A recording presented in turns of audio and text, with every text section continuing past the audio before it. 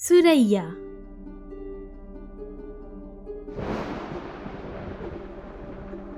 बैराग नाम के गांव में दूसरा गांव से एगो बहुते सुंदर लड़की सुरैया रहे आइल रही। वो इतना मनमोहक रही कि गांव के सारा आदमी उनकरा पर मोहित हो गए रहे। यही से गांव के सब मेहरारू उनका से जलत रही।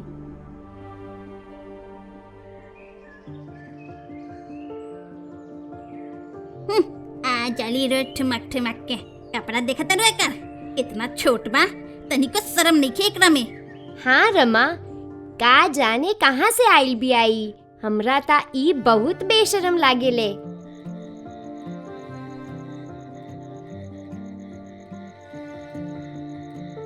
कौआ जाए के बाहो, बस हमरा पीछे आवत रहा।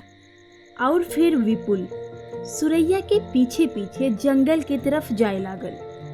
देखते ही देखते वो दोनों जन रात के अंधेरा में कहीं गायब हो गईले।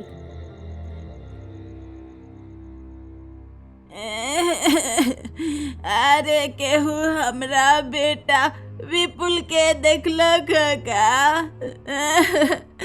का जाने ऊ कहाँ चल गइल बा। 2 दिन से घरे नहीं के आइल हमार बेटा। साहेब, हमरा मरद के भी कुछ पता नहीं के, वो कल रात से घरे नहीं की आयल। फिर तो तोहरा लोगिन के पुलिस के खबर करे के चाही। पुलिस स्टेशन में हम रिपोर्ट लिखवा के आवतानी। तू विपुल के एगो फोटो लेला, रमा तू भी रमन के एगो फोटो लेला। रमेश बूढ़ी अम्मा और रमा के लेके पुलिस स्टेशन पहुँच और ऊ लोग विपुल और रमन के गायब होके के रिपोर्ट लिखवैलन। उनका लोग के वहाँ से अइला के बाद हवलदार इंस्पेक्टर से कहले, इंस्पेक्टर साहिब, हमरा कुछो गड़बड़ लागता। का मतलब? साहिब जी, पिछला कुछ दिन से बहुते आदमी लोगिन के गायब होके के शिकायत आ रहल बा, लेकिन कौनो आदमी के कुछो खबर नइखे मिलत। लागता कि कौनो बहुते बड़का चाल चलता। तू जल्दी से गांव में जाके सब केहू से एकरा बारे में पूछताछ करा लोगिन और पूरा गांव में नीमन से छानबीन करा लोग। ठीक बा, जा लोगिन। इंस्पेक्टर के कहला पर सब हवलदार पूरा गांव भर में विपुल और दूसरा आदमी लोग के खोजल शुरू कर देले और पूछताछ के दौरान उनका लोग के एगो सनकी आदमी जौना के हालत बिल्कुल भिखारी जैसन भइल रहे उ बतैलक। अरे साहिब, रुकी। का बात हा? साहिब, हम जाना तानी कि सब आदमी लोगिन केने बा।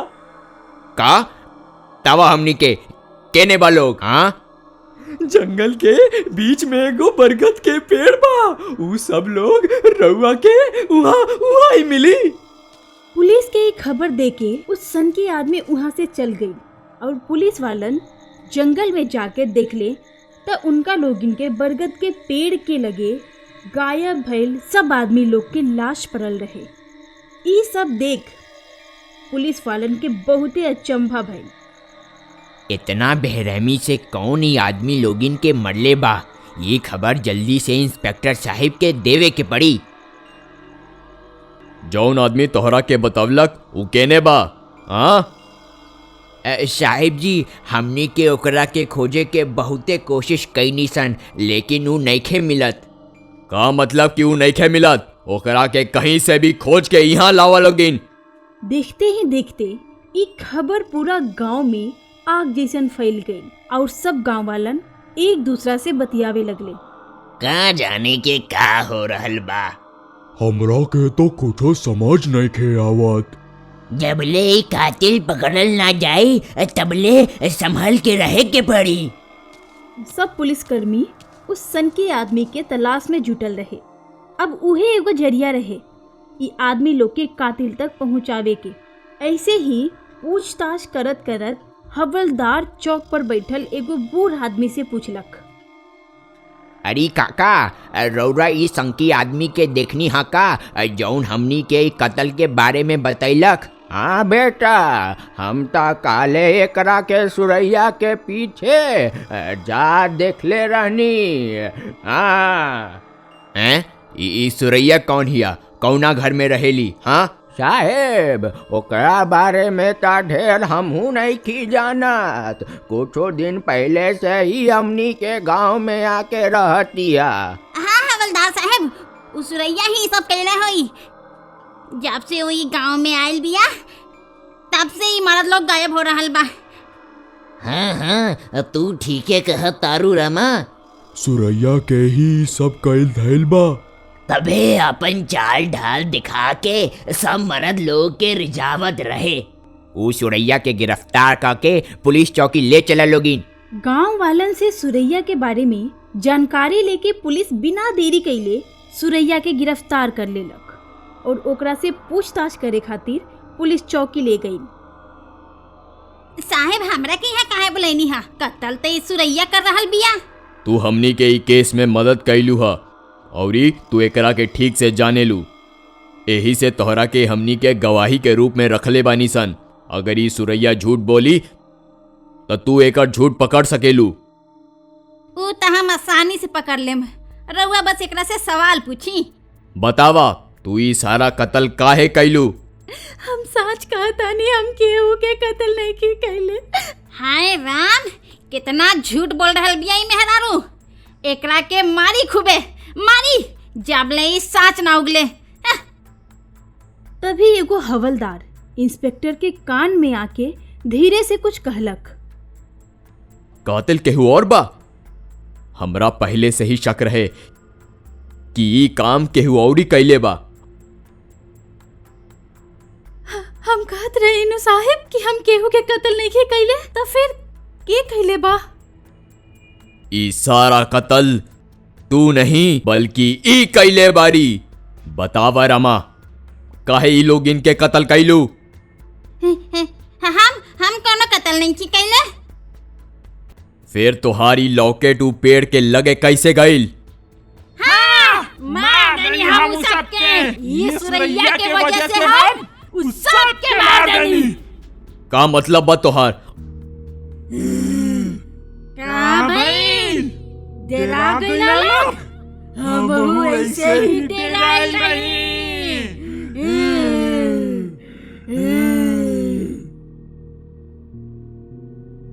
अरे ये का हो गइल बा रमा तोरा के?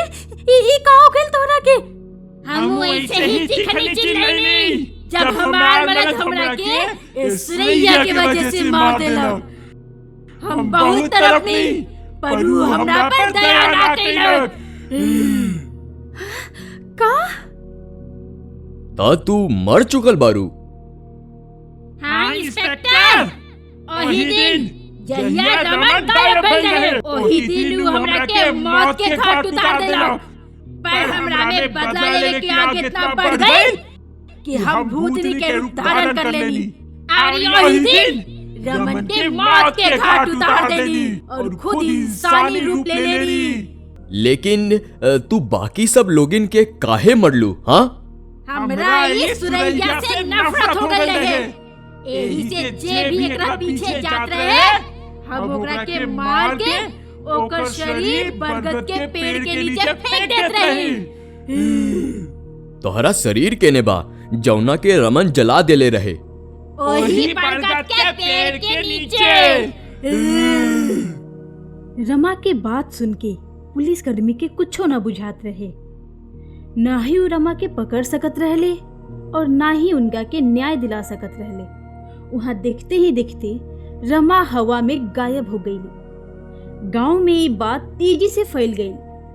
केहू के भी ये यकीन ना होत रहे कि रमा अब तक मर चुकल रही। सारा गांव सदमा से भर गई रहे।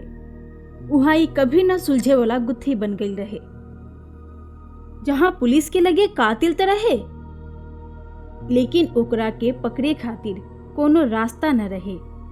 वहां कुछ दिन के बाद सुरैया भी वो गांव छोड़ देली और कहीं और जाके रहे लगली। अगर रउरा लोग इनके हमनी के कार्टून पसंद आवता तो एकरा के लाइक करी, शेयर करी और सब्सक्राइब भी करी। और हाँ, बेल आइकन दबावल मत भूलें।